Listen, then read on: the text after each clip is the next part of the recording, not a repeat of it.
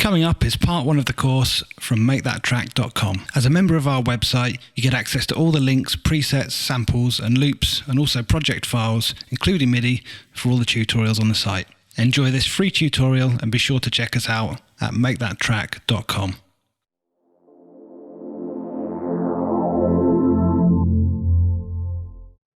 Hey everyone, welcome to our Ableton Deep House tutorial. In this video, we're just going to be setting up our project and setting up a basic drum rhythm. So the first thing that we're going to set up here is our tempo, and we're going to be working with 124. So I'm just going to go over here to the top left and drag this down from 128 down to 124. Okay, next we're going to set up a custom folder so that we can pull samples from it more easily. So let's go down here to Add Folder. I'll click on that. Then I'm just going to navigate to the folder where I have our samples saved, and I've called this Assets. So I'm going to click on the Assets folder, and here I have our MIDI, our presets, and our samples for this project. So I'm just going to make sure Assets is selected, and then I'm going to hit OK. And it's going to pop up here on the left for us. We can just click on that, and now we can use these folders within the Ableton browser. Okay, so the first thing we're going to do with our drums is we're going to create a drum rack. And this is just a native device within Ableton, which allows us to take a bunch of audio clips and tie them to the device so that we can create a drum beat with a MIDI clip, or we can play the audio with a MIDI keyboard. So we're going to go over here and right click and choose Insert MIDI Track to give us a blank MIDI track here. Then we're just going to go over on the left to our instruments and then click on Drum Rack and drag that down. And it's going to pop up here at the bottom, and as you can see, we have a bunch of pads here that are empty, and we can just drag and drop audio onto these. So I'm going to go back to our samples, and I'm going to get the kick, and then 2 claps. So I'll get clap 1, drag that down to another pad, and clap 2. And so now I can click on these pads and click the play button to play the sound. Or I can play the corresponding keys on my MIDI keyboard. So this was tied to C1. So if I press C1 on my MIDI keyboard, it will play the kick. Another thing we can do is use a MIDI clip in order to create a drum beat. So I'm just going to go ahead and delete what we just created there because I have a drum rack already set up here, and then we just have the same samples in our drum rack here. And then I'm going to highlight this area here. And I'm going to right click and choose Insert MIDI Clip. And it's going to create a blank MIDI clip for us. And then I'll double click on that to open it up.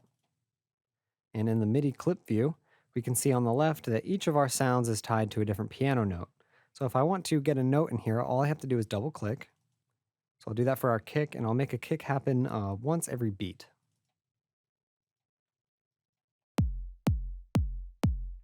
Okay, and then I'll just do the same for our claps. And I'll put those once every other beat.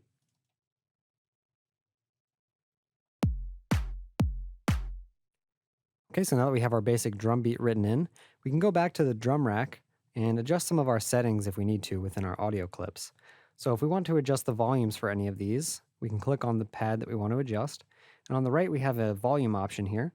So if I want clap 1 to be louder, I can just drag this up.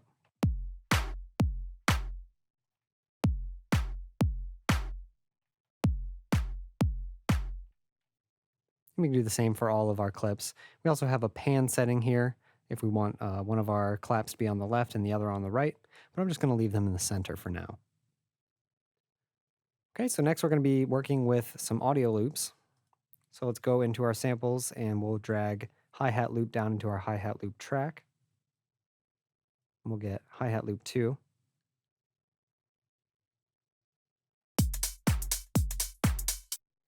Okay, and if we want to make our drum rack MIDI clip longer, all we have to do is click and drag, and that will repeat. Let's go ahead and make 16 bars for now. And if we want to do the same thing for our hi-hat loop, you'll see that by default we can't.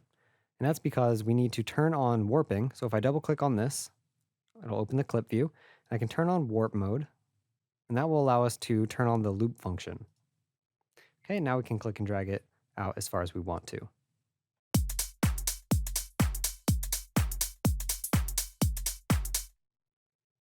Okay, next let's get another clip in here to give it some groove. So we'll go to Tom Groove and drag that in. And we'll loop that as well.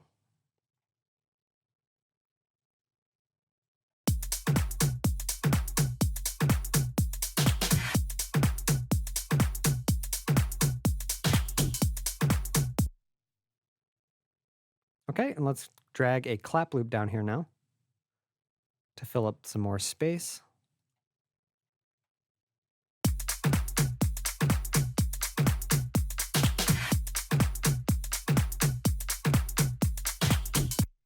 Okay, and with only 4 clips, by emphasizing different rhythms with each clip, we've created a pretty complex groove. Next, let's finish off our kit with a crash. So we'll drag our crash sample down here into our crash track.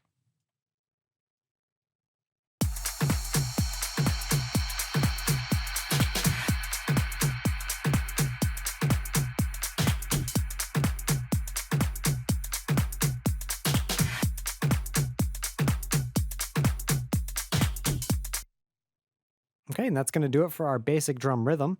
In the next video, we're going to be setting up a couple instruments for our track. We hope you've enjoyed part 1 of this course. To continue, please go to the website and select a membership to suit your needs. Welcome to MakeThatTrack.com. At Make That Track, we provide everything you need to make your favourite style of music from start to finish. Our Getting Started series will show a complete beginner where to start and what they need to do to start making music out of the box. Once the basics are grasped, you can learn how to make the genre of your choice with everything that you need in the process.